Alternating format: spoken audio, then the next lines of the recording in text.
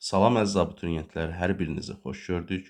Bu video izahda mexaniki iş və güc bölməsinə aid olan ətraflı yazılı cavab tələb olunan tapşırıqların həllinə baxacağıq. Vaxt itirmədən başlayaq bir nömrəli məsələdən. Eyni bir cisim yer səthindən A nöqtəsinə müxtəlif mail müstəvilər vasitəsilə qaldırılır.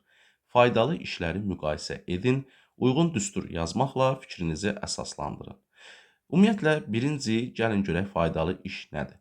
Baxın, bir mail müstəvi üzərində cismi hər hansı bir h hündürlüyünə qaldıran zaman, burada bizim faydalı işimiz olacaq mgh. Tam işimiz isə A tam olacaq F vurulsun L. Buradakı faydalı işi hesablayanda biz cismin qaldırıldığı hündürlüyü nəzərə almalıyıq. Yəni, baxın, bu h hündürlüyünü nəzərə almalıyıq. Tam işi isə hesablayarkən, deyək ki, burada bir cisim var və bunu F qüvvəsi ilə yuxarı doğru qaldırılır. Və buradakı mail müstəvinin uzunluğu da L olsun. Bu zaman artıq tam işi hesablayanda cismi hərəkətə gətirən hansı qüvvədirsə, baxın, burada cismi hərəkətə gətirən F qüvvəsidir. Həmən qüvvənin işini hesablamalıyıq.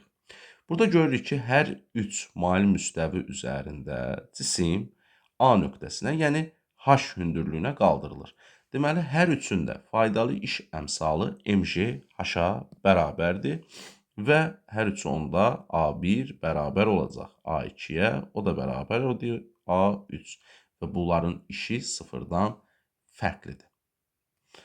Keçək 2 nömrəli məsələyə. 2 nömrəli məsələdə deyilir, uzunluğu 1,5 metr, hündürlüyü 30 sm olan mail müstəvi üzrə 15 kiloqram kütləli yük bərabər sürətlə qaldırılır. Yükə bağlanmış dinometr 40 Newton qüvvə göstərir. Mail müstəvinin faydalı iş əmsalını hesablayın. Deməli, mail müstəvinin faydalı iş əmsalı bərabərdir. A faydalı bölünsün A tam iş, vurulsun 100% olmalıdır.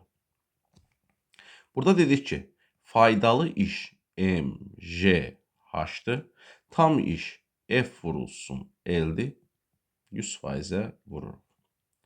İndi verilənləri nəzərə alsaq, düsturda gətirib yerinə yazsaq, eta bərabərdir. M 15 kiloqram verib bizə, J-ni 10 verib, H 30 santimetrdir, bunu metrə çeviririk, 0,3 metr eləyir. F qüvvəsi, qüvvə 40 Newtondur və mail müstəvinin uzunluğu da 1,5 metrə bərabərdir. Deməli, buradan sadələşdirsək biz bunu 15 vurulsun 3 bölünsün 4 vurulsun 15 kimi yaza bilərik. Burada faizi də unutmayaq, vuraq 100%-ə. 15-lər ixtisar gedir. 100 ilə 4 ixtisar getdi. Burada 25 qaldı. 3-ü də 25-ə vuranda elədi cavabımız. Deməli, 75%. 3 nömrəli məsələyə baxaq. 35 kiloqram kütləli cismi, uzunluğu 3 metr, faydalı iş əmsalı isə 70% olan mail müstəvi üzrə bərabər sürətlə yuxarı qaldırmaq üçün hərəkət istiqamətində 50 Newton qüvvə tətbiq edilərsə, mail müstəvinin hündürlüyünü hesablayın. Artıq yenə biz faydalı iş əmsalının düsturundan istifadə eləməliyik. mgh bölünsün F vurulsun L vurulsun 100%. Baxın, bu düsturdan istifadə edəcəyik. Deməli, burada faydalı iş əmsalını 70% verib, biz elə düsturda bu 100 ilə 70% ixtisar eləsək, biz faydalı iş əmsalını burada 0,7 götürə bilərik. Və digər kəmiyyətlər, kütlə var, uzunluq var, qüvvə var, J var və biz hündürlüyü tapmalıyıq. Gəlin buradan hündürlüyü tapaq düsturdan. Hündürlük buradan bərabər olacaq. Deməli, eta vurulsun F vurulsun L bölünsün mg bərabərdir. 0,7 vurulsun qüvvəni 50 Newton verib, uzunluğu 3 metr verib, M 35 kiloqramdır və J də 10'dur. Burada ixtisarlarımızı aparsaq biz, deməli 10 ilə 50 ixtisar getdi, burada qaldı 5. 35 ilə 5 ixtisar getdi, qaldı burada 7. 7 ilə də 0,10-da 7 ixtisar getdi, yuxarıda qaldı 0,1. Və 0,1-i də 3-ə vuranda elədi 0,3 metr. Keçdik 4 nömrəli məsələyə. Hündürlüyü 40 sm, uzunluğu 2 metr, faydalı iş əmsalı isə 90% olan maili müstəvi üzrə cismi bərabər sürətlə yuxarı qaldırmaq üçün hərəkət istiqamətində 200 Newton qüvvə tətbiq edilmişdir. Cismin kütləsini hesablayın. Yenə maili müstəvi üçün faydalı iş əmsalını yazırıq. MGH bölünsün F vurulsun L. İndi mən burada faydalı iş əmsalını 0,9 götürəcəm. Çünki burada artıq, baxın, 100% yazmadım. Yəni, artıq ixtisar eləmiş olduq onu. Deməli, buradan biz nə istəyir? Bizdən kütləni istəyir. Kütlə buradan bərabərdir. Deməli, eta vurulsun, F vurulsun, L bölünsün, J vurulsun, H. Bərabərdir. Eta 0,9, F 200, L də bizə verib 2 metr. Bölünsün 10, vurulsun. Hündürlüyü verib bizə 40 sm. Biz onu çeviririk metrə, olur 0,4. Yenə ixtisarları aparsaq biz buradan aşağıya. Deməli, onu 4-ə vursaq, 0,4-ə vursaq 4 eləyəcək. Yuxarıda, deməli, 200-ü 0,9-a vursaq, burada eləyəcək 180 vurulsun 2. Deməli, cavabımız olacaq 2 ilə 4 ixtisar getdi, 90 kiloqram. Bu da belə. Keçdik 5 nömrəli məsələyə. Yerdən müəyyən hündürlükdə olan cismin göstərilən trayektoriyalar üzrə hərəkətində ağırlıq qüvvəsinin gördüyü işləri müqayisə edin. Cavabınızı uyğun düstur yazmaqla əsaslandırın. Burada görürük ki, 3 cisim, hər üçü eyni, 3 yox, daha doğrusu 4 cisim. 4'ü də eyni hündürlükdən atılır. Biri 1 trayektoriyasından, 2 trayektoriyası, 3 və 4 trayektoriyası üzrə. Və hər üçü də yer səthinə düşür. Biz demişik ki, ağırlıq qüvvəsinin gördüyü iş, ümumiyyətlə, ağırlıq qüvvəsi konservativ qüvvədir və ağırlıq qüvvəsinin gördüyü iş əks işarə ilə potensial enerjinin dəyişməsinə bərabərdir. Potensial enerjinin dəyişməsi deyəndə nə nəzərdə tutulur? Son potensial enerjidən başlanğıc potensial enerjini çıxmalıyıq. Məsələn, bura desək bir H hündürlüyü, bu başlanğıc potensial enerjidir və başlanğıc hündürlükdür və burada yer səthi H2 olsun. H2 artıq burada görürük yer səthi üçün olduğundan H2-ni 0 yaza bilərik. Gəlin indi ümumi şəkildə düsturumuzu yazaq. Burada mənfi delta Y potensial, yəni mənfi potensial enerjinin dəyişməsi son potensial enerjidən, yəni MGH2-dən çıxmalıyıq MGH1-i. Mənfi vurulsa bu mötərizənin içərisinə, onda deməli düsturumuz olacaq bu şəkildə. MGH1 çıxılsın MGH2. MG-ləri ortaq vuruq kimi mötərizə xaricinə çıxarsaq olur. MGH1 çıxılsın H2. Burada H2 gördüyümüz kimi bizim 0-a bərabərdir. Çünki hər 4 trayektoriya üzrə atılan cisim hamısı yer səthinə düşür. Deməli, oldu bizim düsturumuz MGH1. Deməli, ağırlıq qüvvəsinin gördüyü iş burada trayektoriyanın formasından asılı deyil. Bəs nədən asılıdır? Atıldığı hündürlükdən asılıdır. Və atıldığı hündürlük burada 4'ü 3'ün də eyni hündürlükdür. Yəni H1 hündürlüyüdür.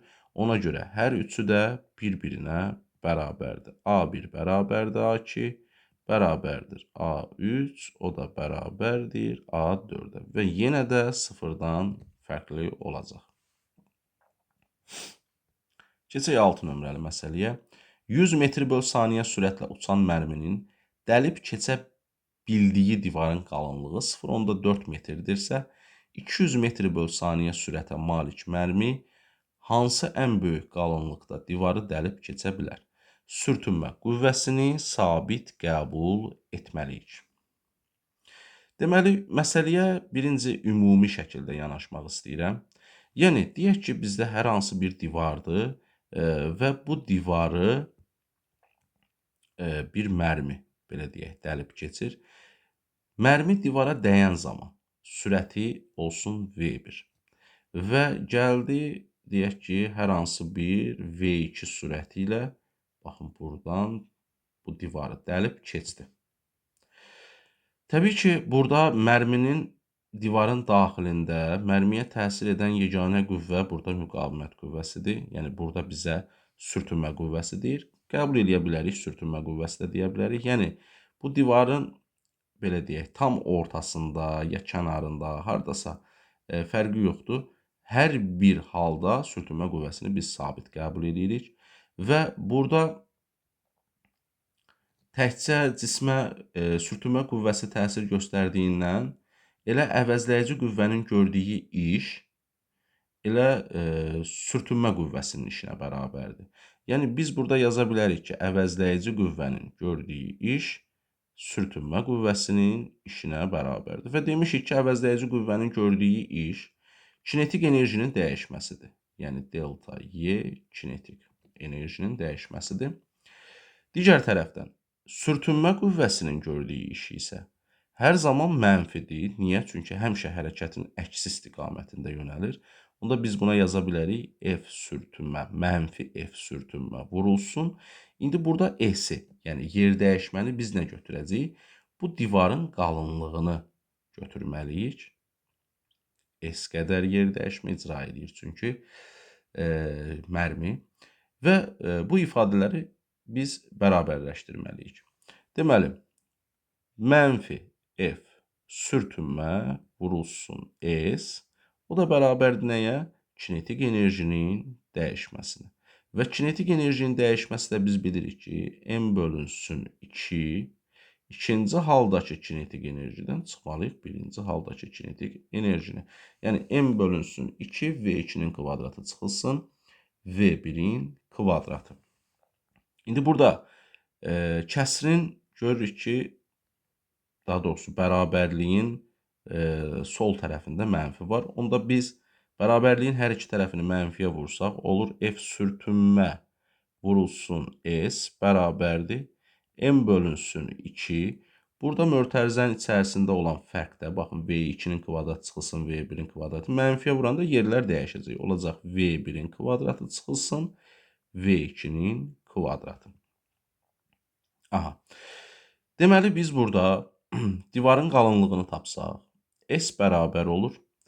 M bölünsün 2F sürtünmə.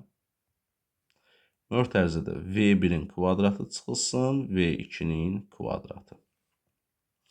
Bizdən məsələdə burada deyilir ki, uçan, deməli, 100 metr böl saniyə sürətlə uçan mərminin dəlib keçə bildiyi divarın qalınlığı 0,4 metrdir. Bu nə deməkdir? Dəlib keçə bildiyi deyirsə, biz burada, baxın, bu mərmi divardan çıxan anda sürətini 0 qəbul eləməliyik. Niyə? Niyə müəllim belə oldu? Niyə 0 oldu? Çünki əgər divarın, belə deyək, divarı dəlib keçəndən sonra bunun məsələn bir sürəti olarsa, deyək 10-dur, nə bilim 20-dir, bunun bir sürəti olarsa, deməli bu mərminin dəlib keçə biləcəyi divarın qalınlığı artıq 0,4-ə bərabər olmur. Yəni, məsələn, deyək ki, divarın qalınlığı bu qədərdir, bax belədir. Burada artıq çıxanda 0 olarsa V2, onda biz deyə bilərik ki, dəlib keçə bildiyi divarın qalınlığı bu qədərdir. Niyə? Çünki bu qədər, yəni deyək ki, 0,4 metr divarı dəlib keçə bilirsə, dəlib keçə bildiyi budursa, artıq sürət 0 olmalıdır. Burada müəyyən bir sürət varsa, onda dəlib keçə bildiyi divar bu deyil. Dəlib keçə bildiyi daha başqa bir qalınlıqda divardır. Çünki hələ sürəti var bunun. Ona görə biz burada deyirik ki, dəlib keçə bildiyi divarın qalınlığı deyirsə, burada artıq sürəti biz 0 qəbul eləməliyik. Və əgər son sürət 0-a gedirsə burada, yəni V2 0 olursa, Onda divarın qalınlığı S bərabərdir. M bölünsün 2 F sürtünmə. Yazırıq bura F sürtünmə. Burada da qalır V1-in kvadratı. Deməli, buradan görürük ki, biz divarın qalınlığı sürətlə necə asılıdır? Kvadratik düz mütənasib asılıdır. Yəni, biz sürəti burada 2 dəfə artırırıqsa, deməli, divarın qalınlığı da 4 dəfə çox olacaq. Və burada məsələdə bizə deyir ki, 100 metr böl saniyə sürətlə uçan mərminin dəlib keçə bildiyi divarın qalınlığı 0,4 metrdir. 200 metr böl saniyə sürətlə malik mərmi hansı ən böyük qalınlıqda divarı dəlib keçə bilər və sürtünmə qüvvəsini də bizə sabit verib. Kütlə onsuz da sabitdir. Onda dedik ki, S V-dən kvadratik düz asılıdır. Onda biz bu asılılıqdan yaza bilərik. S1 bölünsün S2 bərabərdir. V1-in kvadratı bölünsün V2-nin kvadratı. S1 məlumdur 0,4-dür. Yazırıq 0,4 bölünsün S2 bərabərdir. Deməli, 100-ün kvadratı bölünsün 200-ün kvadratı. Aha. O da bərabərdir. Deməli, 100 vur 100 bölünsün 200 vur 200. İxtisarlarımızı aparsaq, deməli, 100 ilə bu 200 ixtisar getdi, aşağıda 2 qaldı. 100 ilə bu 200 ixtisar getdi, aşağıda 2 qaldı. Oldu 4-də 1. S2 də buradan bərabərdir. 4 vurulsun 0,4 bərabərdir 1,6 metr. Əslində biz bunu, yəni asıllığı aldıqdan sonra, baxın bu asıllığı, divarın qalınlığı sürətlə kvadratik düz mütənasib asılıdır. Burada görürük ki, V1-i 100 verib, V2 200-dür. Yəni sürət neçə dəfə artdı? 2 dəfə artdı. Sürət 2 dəfə artdısa, qalınlıq da 4 dəfə artmalıdır. Çünki kvadratik düz mütənasib asılıdır. Ona görə 0,4-ü vurmalıyıq 4-ə, eləyəcək 1,6 metr. 7 nömrəli məsələ. Kütləsi 2 kiloqram olan cismin təcilinin zamanın asılılıq qrafiki təsvir olunmuşdur. Hərəkət istiqamətində cismə təsir edən əvəzləyici qüvvənin ilk 4 saniyə müddətində işini hesablayın və bizə V0-ı da gördüyümüz kimi burada 0 verib. Deməli, biz demişik ki, əvəzləyici qüvvənin gördüyü iş A əvəzləyici qüvvənin gördüyü iş F əvəzləyici vurulsun S-dir. Deməli, əvəzləyici qüvvəni biz burada necə tapa bilərik? Kütlə var, təcil də var. Deməli, əvəzləyici qüvvəmiz bərabərdir M vurulsun A-ya. M-adır. Yəni 2 vurulsun 2-dən elədir 4 Newton. Bəs S-i necə tapaq? S də biz bilirik ki, V0 0-dırsa, onda yol olacaq A vurulsun T-nin kvadratı bölünsün 2. Yəni təcil məlumdur 2-dir. Zamanı bizə verib 4. 4-ün kvadratı 16 bölünsün 2. Deməli, cavabımız burada. Cavab yox, daha doğrusu yol olacaq burada 16 metr. Və əvəzləyici qüvvənin gördüyü iş 4 vurulsun 16, o da olacaq 64 joule. 8 nömrəli məsələ. Kütləsi 2 kiloqram olan cismin sürətinin zamandan asılılıq qrafiki verilmişdir. Əvəzləyici qüvvənin 6 saniyə müddətində həmən cisim üzərində gördüyü işi hesablayın. Deməli, qrafikə baxırıq. Sürətin zamandan asılılıq qrafikidir və V0-ımız burada 2-yə bərabərdir. Bizə hansı müddətdə deyir? 6 saniyə müddətində cisim üzərində görülən işi soruşur. Və biz görürük ki, burada 6 saniyə zaman anı yoxdur, 4 saniyə var. Biz burada 6-cı saniyədəki sürəti tapaq. Nə edirik onda? Təcili birinci tapmalıyıq. Təcil bilirik ki, V çıxılsın V0 bölünsün T-dir. Və biz buradan V-ni məsələn 8 götürək. V0 da 2-dir. 8 çıxılsın 2 bölünsün neçə? 4. Bu da eləyir 6 bölünsün 4, 1,5 metr bölünsün saniyə kvadratı. Təcil məlumdur. İndi biz 6 saniyə müddətindəki sürəti hesablamalıyıq. Onda V ştrix deyək buna. V ştrix bərabərdir. V0 üstə gələk A vurulsun T ştrix. İndi biz burada V0'ımız 2 yenə götürdük. Təcil onsuz da sabitdir burada, çünki bərabər təcilli hərəkətdir. Ona görə də 1,5 yazdıq. T ştrixi də 6 götürəcəyik, çünki 6 saniyə zaman anında sürəti tapmalıyıq. Deməli, 1,5 6-ya vuranda 9, üstünə 2 gələndə 11 eləyəcək. Deməli, bizim 6 saniyə sonra sürətimiz oldu 11. Baxın, buranı 11 yaza bilərik. İndi isə nə etməliyik biz burada? Əvəzləyici qüvvənin gördüyü iş kinetik enerjinin dəyişməsinə bərabərdir. A bərabərdir delta Y kinetik və kinetik enerjinin dəyişməsini də yazanda son kinetik enerjidən başlanğıc kinetik enerjini çıxmalıyıq. Yəni, artıq biz burada tapdığımız V ştrixin kvadratı çıxılsın V0'ın kvadratı yaza bilərik. O da bərabərdir. Kütləni bizə 2 verib 2/2 yazdıq burada. V ştrix 11 kvadrat eləyəcək 121 çıxılsın V0 da 2'dir, kvadratı da 4 eləyəcək. Buradan 2'lər ixtisar gedir, 121'dən 4 çıxanda qalır 117 joule. 9 nömrəli məsələ. 30 Newton dartı qüvvəsinin təsiri altında düz xətli hərəkət edən 2 kiloqram kütləli cismin yer dəyişməsinin zamandan asılılıq qrafiki verilmişdir. İlk 2 saniyə ərzində sürtünmə qüvvəsinin işini soruşur. İlk öncə sürtünmə qüvvəsinin işi mənfidir, bunu bilməliyik. Yəni bizim alacağımız cavab mənfi olacaq. Niyə sürtünmə qüvvəsinin işi mənfidir? Çünki həmişə hərəkətin əksinə yönəlir sürtünmə qüvvəsi. Deməli, hərəkəti təsvir edək. Baxın, bir üfüqi səthdir və bu üfüqi səthdə bir cismimiz var. Dartı qüvvəsinin təsiri ilə dartılır bu istiqamətdə və dartı qüvvəsinin qiyməti bizə verilib 40 Newton. M bərabərdir 2 kiloqramdır və təbii ki, biz bilirik ki, əgər burada dartı qüvvəsi sağa doğru yönəlibsə, sürtünmə qüvvəsi baxın sola doğru yönəlməlidir burada. Yəni hərəkətin əksinə yönəlməlidir. Bizdən sürtünmə qüvvəsinin işini soruşur. Deməli, burada biz artıq yazmalıyıq A sürtünmə qüvvəsinin işi bərabərdir mənfi F sürtünmə vurulsun S.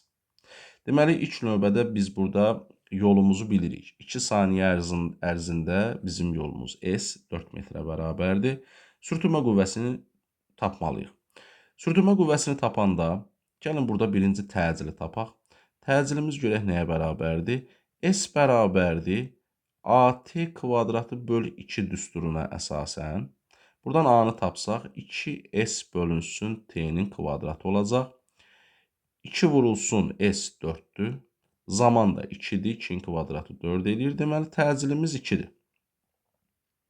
Və burada biz Newtonun ikinci qanununu yazsaq, yuxarıdan baxın, görürük ki, nə etməliyik? Cisim birinci hissədə yavaşlayan hərəkət edir. Cisim yavaşlayan hərəkət edirsə, sürtünmə qüvvəsi burada dartı qüvvəsindən böyükdür. Onda biz Newtonun ikinci qanununu yazanda sürtünmə qüvvəsindən çıxmalıyıq dartı qüvvəsini və bərabər eləməliyik M vurulsun A-ya. Sürtünmə qüvvəsi çıxılsın, dartı qüvvəsini 30 verib bizə bərabər, 30 yox, daha doğrusu, bəli, 30'dur. Burada mən 40 yazmışam. 30 Newton. Deməli, bərabərdir. Kütlə 2 vurulsun, təcil də 2'dir. Deməli, sürtünmə qüvvəmiz oldu bizim 34 Newton. Gətirib yerinə yazsaq, işin düsturunda mənfi 34 vurulsun, yer dəyişməmiz də 4. Bu da eləyəcək mənfi, deməli, 30'u 4'ə, 120, 4'ü də 4'ə vururuq, 16 olur, mənfi 136 Newton. 10 nömrəli məsələ. X oxu boyunca hərəkət edən 2 kiloqram kütləli cismin impulsunun proyeksiyasının zamandan asılılıq qrafiki verilmişdir. 20 saniyə müddətində əvəzləyici qüvvənin gördüyü işi hesablayın. Biz dedik ki, əvəzləyici qüvvənin işi kinetik enerjinin dəyişməsinə bərabərdir və kinetik enerjinin dəyişməsinin impulsla olan düsturu yazsaq, onda olur, deməli, son kinetik enerji P kvadratı bölünsün 2M çıxılsın, P0-ın kvadratı bölünsün 2M.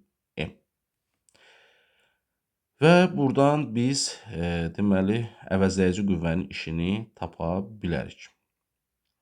Burada nə edirik? Biz P0 gördüyümüz kimi 0-dır. 0-dan başlayır qrafik və son impuls da burada 30-a bərabərdir. Deməli, baxın, bu P0 0 olduğundan ikinci hədd 0-a gedir və elə sadəcə qalır P-nin kvadratı bölünsün 2M. P 30-dur, 30-un kvadratı 900, 2 vurulsun, kütlədə 2-dir. Deməli, 900-ü 4-ə bölməliyik, bu da eləyəcək 225 joule. Belə əziz şagirdlər, ətraflı cavab tələb olunan tapşırıqların izahının sonuna gəldik. Ümid edirəm ki, hər bir məsələnin həlli sizin üçün aydın oldu. Sağ olun, gələn görüşlərədək.